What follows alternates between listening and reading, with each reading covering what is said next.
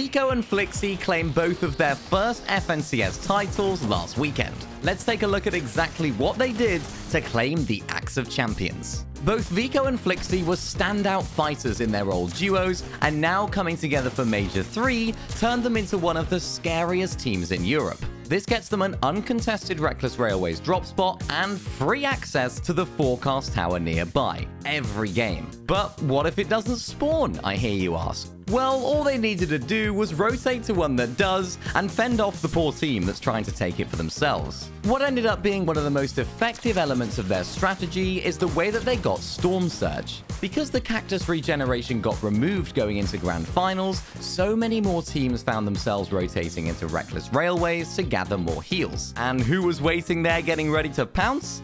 Of course, it was Vico and Flixie. Having all of this early damage gives them the flexibility to rotate however they like. Quite often, they dip into the storm and rotate into the next zone ahead of time because they have the power of the forecast, which will tell them where it is. This knowledge of future zones also helped them when it came to endgame, as they always positioned themselves in the prime location for the next zone.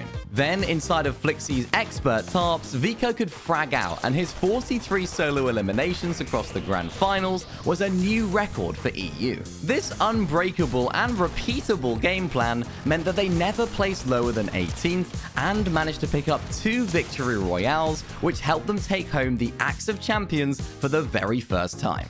After one of the most dominating Grand Finals in history last season, Peterbot and Poyo are back to their winning ways, completing the back-to-back and holding on to their Axe of Champions. Landing uncontested at Redline Rig, this team had access to one of the strongest assault rifles in the game and the Machinist Medallion, which regenerates shield up to 75 when it's in your inventory. As soon as Peterbot picks this up, he wastes no time in running over to teams that land nearby to take shots at them for Storm Surge damage, being able to automatically heal if he gets hit. An important part of their strategy last weekend was on the Rift Island. Even though sometimes they're unable to claim the island for themselves, they actually build above the flag to secure the loot as soon as the other team completes the claim. This gets them a bunch more heals and the mythic conductor hand cannon, which in Peterbot's hands results in some serious damage output to both players and builds. Last season, this duo were a height-dominant team, and although this season was slightly different for them, when they did get height, they had all of the tools in their inventory to make the most of it.